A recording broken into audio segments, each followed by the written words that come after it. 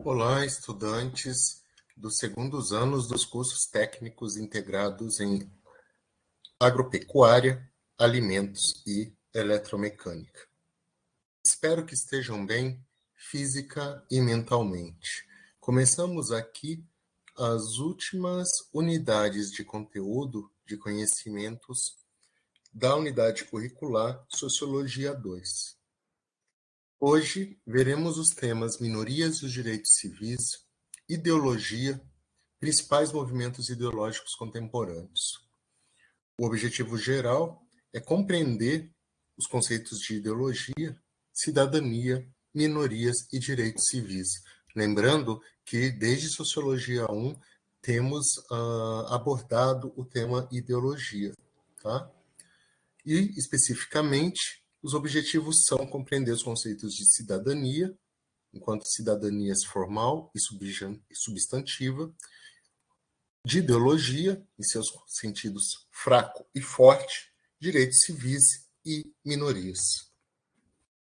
A cidadania teve origem na Grécia Antiga, tá? Só que ela era restrita a uma minoria, a uma parcela minoritária, matematicamente dizendo, da sociedade grega, da polis grega. Essa cidadania, ela excluía as mulheres, excluía os estrangeiros, os povos subjugados, as pessoas escravizadas, né? E, etimologicamente, o termo vem do latim civitas, que significa cidade. A cidadania constitui um estatuto de pertencimento de um indivíduo a uma comunidade politicamente articulada, um país, e que lhe atribui um conjunto de direitos e obrigações de acordo com uma Constituição. Então, a democracia, enquanto uma forma de governo, conceitualmente uma forma de governo, ela está profundamente ligada à cidadania. A cidadania contemporânea hoje, que foi universalizada, ela não é restrita como acontecia na Grécia Antiga, ela não é restrita como acontecia na Roma Antiga, ou seja, no período da Antiguidade Clássica, tá? Ela agora, sobretudo a partir do século XVIII, a partir das grandes revoluções do século XVIII, como, por exemplo, a francesa, essa cidadania contemporânea, ela é influenciada por concepções antigas, mas ela tem um caráter mais universalista. Tá? Hoje, todos são cidadãos. Né? E ela possui, como algo específico da manifestação da cidadania no mundo contemporâneo, ela pode ser dividida, tendo um caráter próprio, em duas categorias, que são a formal e a substantiva. A cidadania formal é aquela de acordo com o direito internacional. Ela indica a nacionalidade de uma pessoa, né? É um indicativo de nacionalidade, de pertencimento a um Estado-nação. Por exemplo, uma pessoa portadora da cidadania brasileira. Então, de acordo com a lei, de acordo com a Constituição da República Federativa do Brasil, todos somos cidadãs e cidadãos. Né? Então, quando eu falo desse pertencimento, de acordo com a lei, ou seja, de acordo com o direito internacional, que vai me indicar qual é a minha nacionalidade, me diferenciando de outras nacionalidades, essa cidadania que me dá o pertencimento, ou seja, ela me permite fazer parte do Estado-nação brasileiro, enquanto cidadão brasileira e brasileiro, essa cidadania, então, ela me dá, do ponto de vista formal, o direito ao pertencimento a um Estado-nação. Então, essa é a cidadania formal. E é como ela se apresenta nas leis. Entretanto, nem sempre a lei é refletida na realidade, ou totalmente refletida na realidade.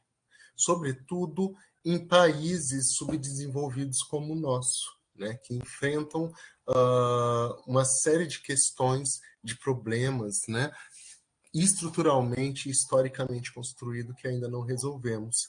Então, agora a gente também pode pensar em uma cidadania substantiva. O que é essa cidadania substantiva, né? Ou cidadania real? Essa cidadania substantiva ou cidadania real está ligada à vida tal qual ela é vivenciada. Essa vida prática, essa vida no cotidiano.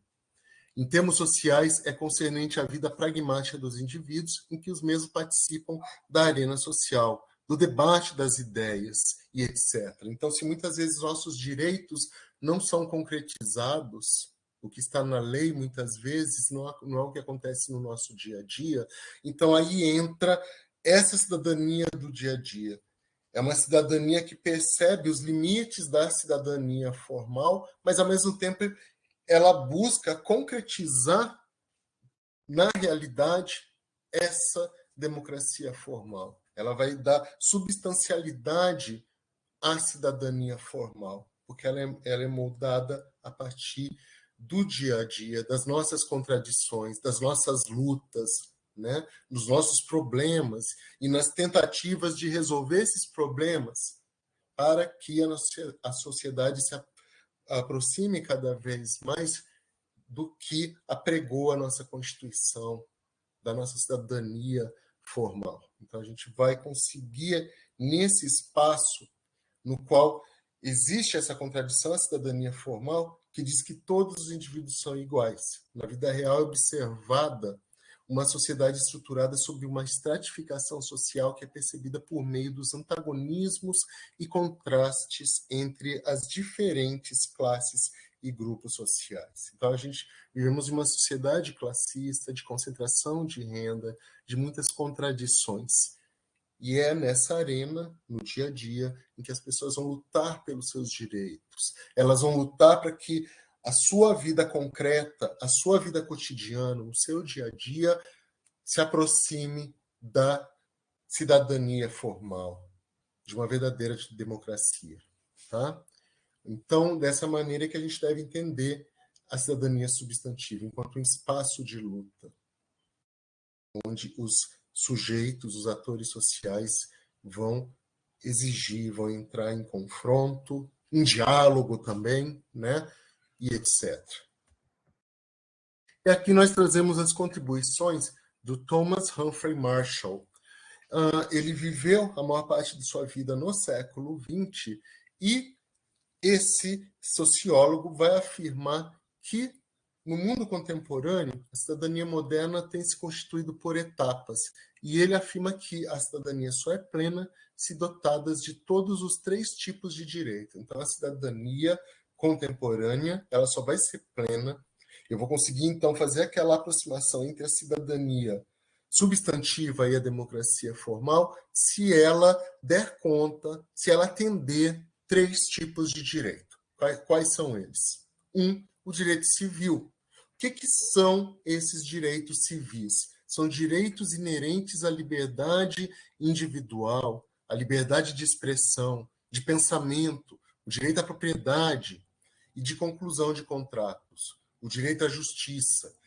Esse direito, que é um dos pilares, uma das bases, um dos alicerces da cidadania contemporânea, começou esse direito civil a se constituir a partir do século XVIII.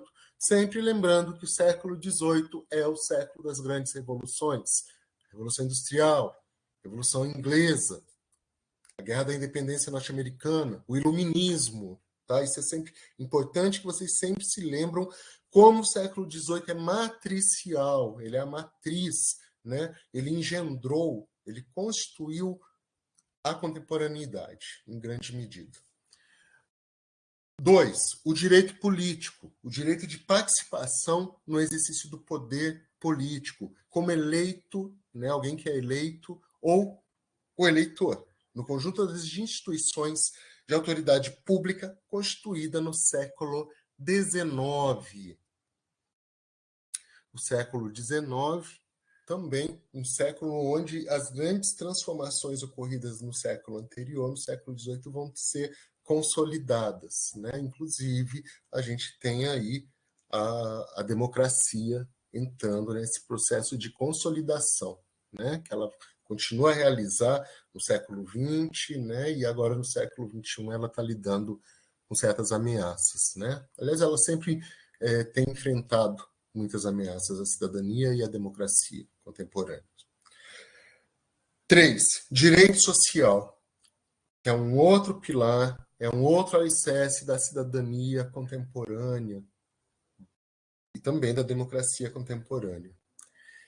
Ele é relativo ao bem-estar econômico e social, desde a segurança até o direito de partilhar do nível de vida, segundo os padrões prevalecentes na sociedade, que são conquistas do século XX. Então, esses três pilares, esses três tipos de direitos, os direitos civis, os direitos políticos, os direitos sociais, é que formam a base da cidadania contemporânea. Bom, na cidadania contemporânea, a distância entre a cidadania formal e substantiva, ela vai, digamos assim, trazer à tona a emergência das lutas, dos anseios, das contradições de grupos sociais que muitas vezes são cidadãos do ponto de vista formal, mas enfrentam grandes obstáculos na sua inserção social, né, para ter seus direitos cidadãos, direitos humanos atendidos de uma maneira adequada. Esses grupos muitas vezes passam por processos de opressão, de segregação, de invisibilização. Esses grupos muitas vezes têm uma importância cultural fundamental, mas não acessam os processos decisórios, os espaços de decisão políticos e também não alcançam posições de liderança no mundo econômico, né? Então, a gente pode pensar nesses grupos como minorias. Então, as minorias, quantitativamente, muitas vezes são a maioria da população. O termo minoria refere-se na sociologia a grupos sociais historicamente excluídos do processo de garantia dos direitos básicos. Então, muitas vezes, isso é muito importante, meus queridos e minhas queridas, vocês entenderem que minorias sociais, socioculturais, minorias políticas, muitas vezes não são minorias do ponto de vista quantitativo. Tá? Muitas vezes. Às vezes elas são quantitativamente minorias, mas às vezes elas são minorias nesse sentido, político e econômico. Né?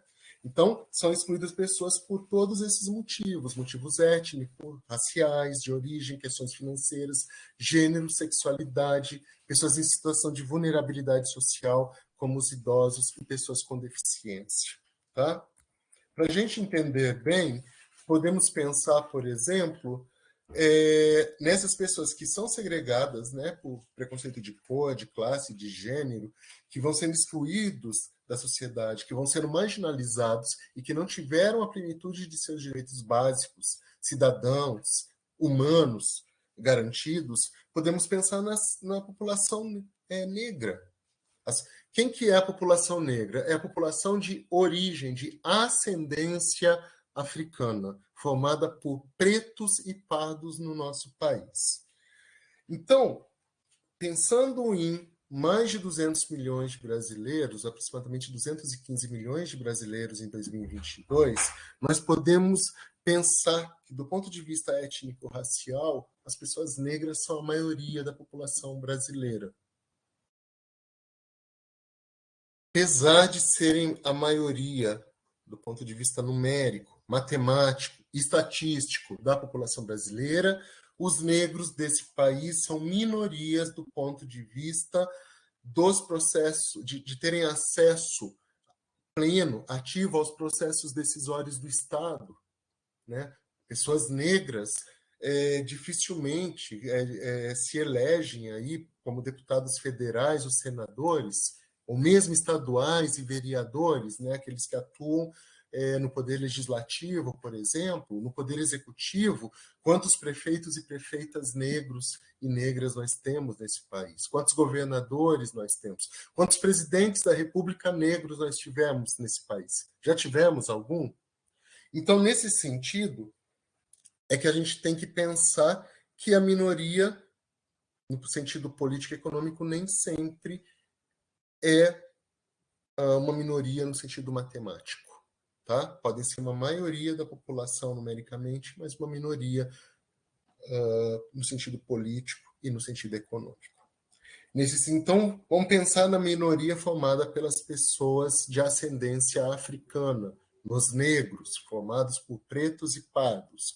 Nesse sentido, a população negra, ela é uma minoria, ela é a maioria da população, mas durante o processo de colonialismo europeu, os africanos foram capturados e vendidos como escravos, e durante séculos e séculos, milhões de pessoas passaram por essa situação no nosso país, né?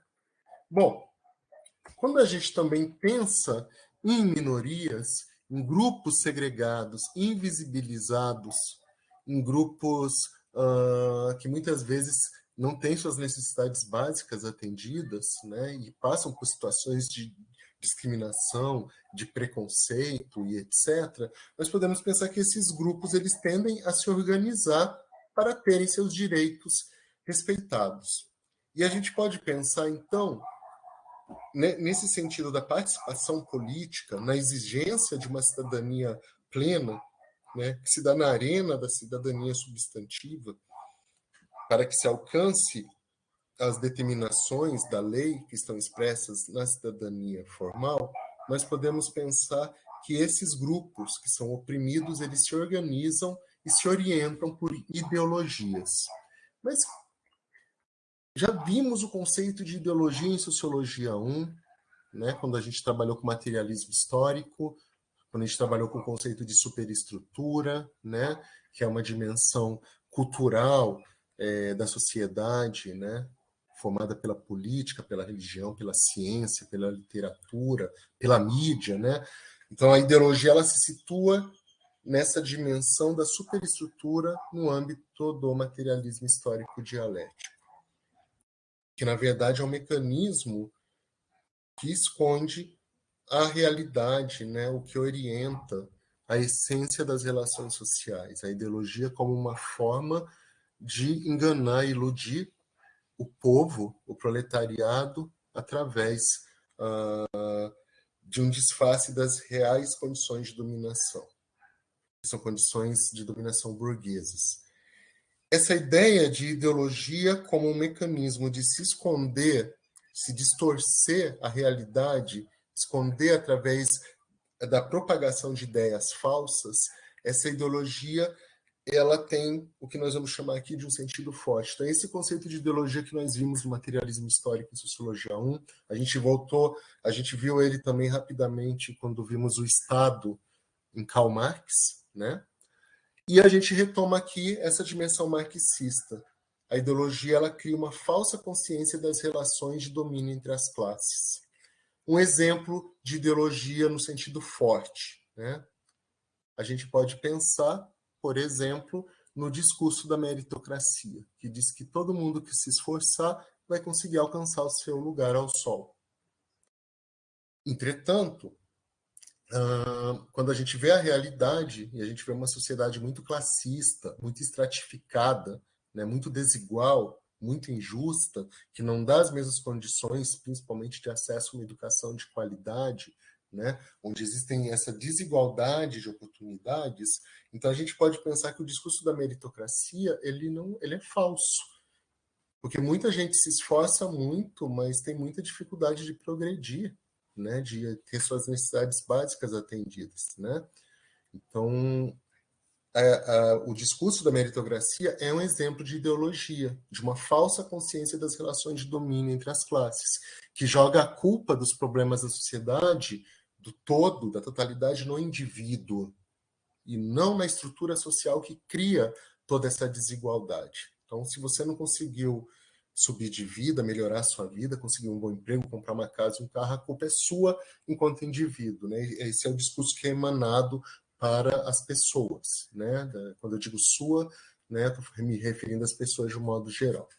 Então, esse é o sentido forte, marxista, da ideologia, uma falsa consciência das relações de domínio entre as classes. Agora, acima, a gente também tem o sentido fraco, que é um conjunto de ideias e de valores que tem como função orientar comportamentos políticos e coletivos. O Norbert Bobbio, que é um cientista político, filósofo político italiano do século XX, ele cria essas duas definições de ideologia. Um sentido fraco, então, o sentido fraco é um conjunto de ideias e de valores que tem como função orientar comportamentos políticos e coletivos, né, que guia as pessoas, que lhes dão um sentido de vida, uma ideologia política, religiosa, econômica, etc. Esse seria o sentido fraco. E voltando ao sentido forte marxista, é, na verdade, um mecanismo de distorção da realidade. Seja como for, os movimentos sociais contemporâneos, que são muitas vezes movimentos de minorias, né, que acabam criando esses grandes movimentos sociais, eles acabam se apoiando em diferentes ideologias. Né? A gente não vai aqui pensar se eles estão se apoiando mais no sentido forte ou fraco da ideologia, porque esses movimentos eles são multifacetários, eles são diversos, eles são plurais. Mas muitos desses movimentos se apoiam, sim, justamente na crítica à ideologia burguesa, né, digamos assim, e eles vão fazendo essa denúncia dessa ideologia burguesa, mostrando como a nossa sociedade, na verdade, é desigual, mesmo que muitos discursos ideológicos afirmem que é uma sociedade igualitária. Né? Então, as ideologias, elas são, de alguma maneira, elas são utilizadas pelos movimentos sociais que muitas vezes servem como canais para que essas minorias possam lutar pelos seus direitos, pela cidadania plena, né, que muitas vezes é apenas formal.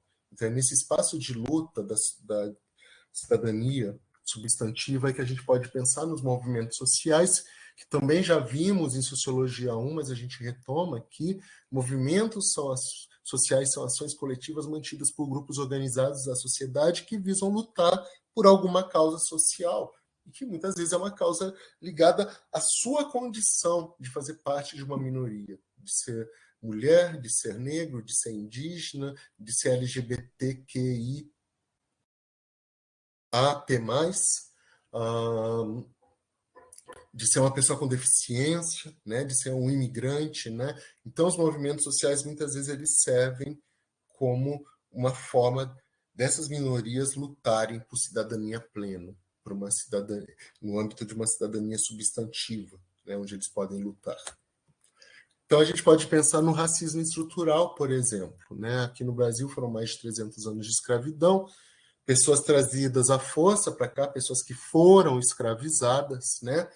E a população negra, até hoje, por conta de todo esse processo de brutalidade, né, que marcou a nossa colonização, essa população negra ainda sofre com racismo estrutural, o que impede qualquer efetividade de tratamento igual e de pleno acesso aos direitos básicos. Então, o racismo estrutural, de acordo com o intelectual Silvio de Almeida, ele é um alicerce da sociedade brasileira. Né? O Brasil, apesar de ter abolido a escravidão, de ter se industrializado, né? Apesar do Brasil ter se modernizado, foi uma modernização conservadora, porque ela manteve a base da estrutura social colonial intacta até hoje, em grande medida.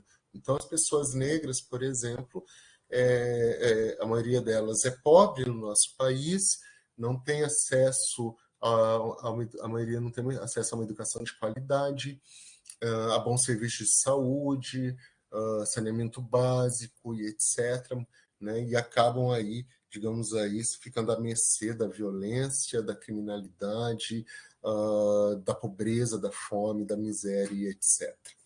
Porque o Estado brasileiro ainda não resolveu, né, essa situação de fato, né?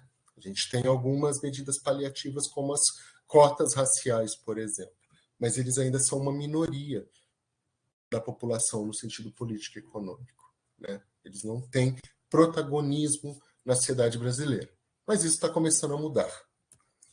A gente pode pensar nos povos originários, os indígenas. Né? Antes da escravização dos africanos, os portugueses não somente escravizaram, como invadiram as terras, mataram e ainda maltrataram e roubaram as riquezas naturais do ambiente que os povos originários, os povos indígenas viviam. Riquezas essas que garantiam a manutenção do modo de vida tribal indígena, que dependia da natureza e utilizava com respeito e moderação. Então, aqui nós temos uma liderança política indígena, a Sônia Guajarara, né, que é uma grande líder indígena atual. Esses povos aí cujos antepassados foram em grande medida exterminados, né? O que aconteceu aqui foi um genocídio. Numericamente, milhões de pessoas aqui nas Américas morreram, né? Foi um holocausto promovido aí pelos colonizadores portugueses, espanhóis, ingleses e franceses aqui nas Américas. E esses povos ainda lutam pelo direito à terra, a poder manter suas culturas e tradições, e mais do que nunca eles lutam pela sua sobrevivência, né? O extermínio dos povos originários ele continua a existir, mas o povo originário luta bravamente, essa minoria, né, que é uma minoria no sentido matemático, numérica mesmo, né? E ela também é uma minoria política e cultural e social, mas tem uma grande influência sobre a formação do povo brasileiro e está lutando pelos seus direitos. Hoje, graças às leis de cotas, temos intelectuais indígenas, médicos indígenas, advogados indígenas, pedagogos que estão se formando aí e cada vez mais se organizam. Então, essas mulheres e esses homens. Temos também a comunidade LGBTQIAP+, né, uma comunidade numerosíssima, né? São milhões aí de pessoas, né? E é um grupo bastante amplo, diverso, heterogêneo, multifacetário. Então, está relacionado a questões ligadas à orientação sexual, da sexualidade, no caso dos homossexuais e bissexuais, né? A questão ligada ao desejo, a questão da identidade de gênero, né? Nas questões de pessoas que muitas vezes até têm um sexo biológico, mas, na verdade, no ponto de vista da sua própria imagem, são pessoas que se veem, digamos assim, como alguém que transcende, que vai além desse sexo biológico, né? E que às vezes tem uma identidade masculina ou feminina diferente da do sexo biológico. São as pessoas trans, né? E alguns deles nem se dizem masculinos ou femininos, né? Os transexuais, né? As pessoas travestis e etc., também sofreram e sofrem perseguições durante toda a história, a partir do momento em que a moral judaico-cristã se tornou hegemônica, né? Essa população ela sofre agressões físicas, verbais, psicológicas, violência simbólica, e ainda sofre com o estigma de sua condição, que muitas vezes a faz viver com autorrepressão ou ser excluída de muitos espaços. Então, essas pessoas também sofrem várias formas de violência, e são uma minoria no sentido do numérico, e também são uma minoria no sentido político e econômico, né? Mas estão se organizando, têm se mobilizado, têm conquistado muitos direitos, como o direito ao casamento, à adoção, à comunhão de bens com parceiros, com esposos, né? Essas pessoas agora podem se casar, adotar filhos e etc. E, apesar disso, né, a violência também continua muito forte contra essas pessoas, né, que lutam também, muitas vezes, pela própria sobrevivência, né, e também constitui uma minoria que se organiza por meio de movimentos sociais. E as mulheres, né, a gente tem aqui assim, relacionado ao gênero enquanto masculino e feminino, então vamos pensar no gênero feminino, nas mulheres cis, nas mulheres trans, né? As mulheres cis são as mulheres cujas identidades de gênero estão de acordo com seu sexo biológico, né? Então, a grande maioria das pessoas são pessoas cisgênero, né? Então, as mulheres cis e as mulheres trans, né, que são daquela situação que eu falei para vocês também, vivem numa sociedade patriarcal que exclui as mulheres e trata-as de maneira desigual em relação aos homens, uma sociedade machista, Então, se a gente pode pensar em um racismo estrutural, podemos pensar em machismo estrutural também. Em determinados lugares e épocas, o tratamento dado às mulheres foi ainda pior, retirando delas até direitos políticos, como ao voto, né? Então, as mulheres têm lutado muito, conquistado muitos direitos, principalmente a partir do final do século XIX, século XX, quando acontecem grandes ondas feministas, né? Que continuam essa luta iniciada aí já no século XIX, mas é no século XX que o movimento feminista explode, né? E continua aí firme e forte. A gente está aí em mais uma onda do feminismo, o feminismo digital, o feminismo 2.0, no qual as mulheres estão lutando, né? Para não somente para obter direitos, mas para garantir os direitos que elas conquistaram às duras penas e agora querem tirar delas, né? Como alguns dos direitos reprodutivos que elas têm no nosso país, e que não são muitos, né?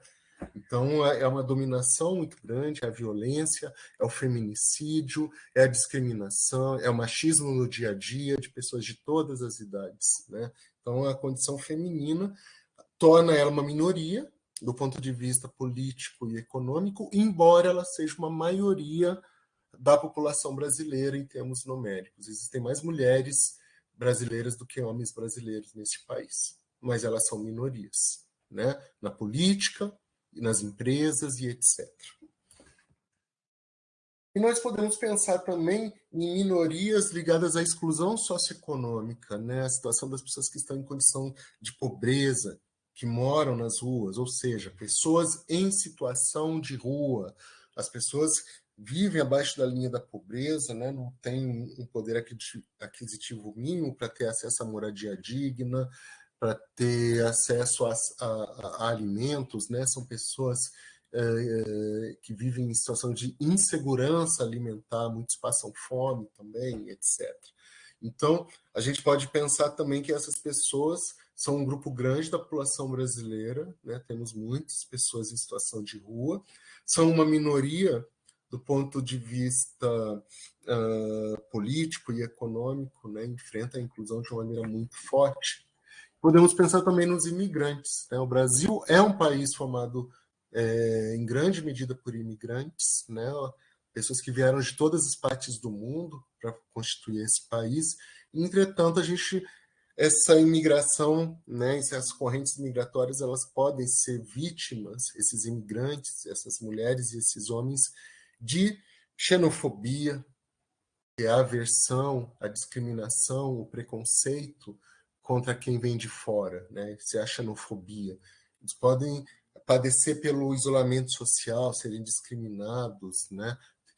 Ficando isolados socialmente, muitas vezes, não sendo acolhidos pelo restante da sociedade, nos grupos de amigos, nas comunidades das cidades, né? Levando muito deles a problemas, a transtornos mentais como a depressão e a síndrome do pânico, a violência e a precariedade de condições de trabalho e de estudo, porque as pessoas são muito exploradas na nossa sociedade. As pessoas querem pagar menos para elas, querem que elas trabalhem muitas e muitas horas, né? Elas vivem sob situações aí de muita exploração, de superexploração de sua força de trabalho, né? E muita gente reclama que alguns deles não se sujeitam a essas situações, né?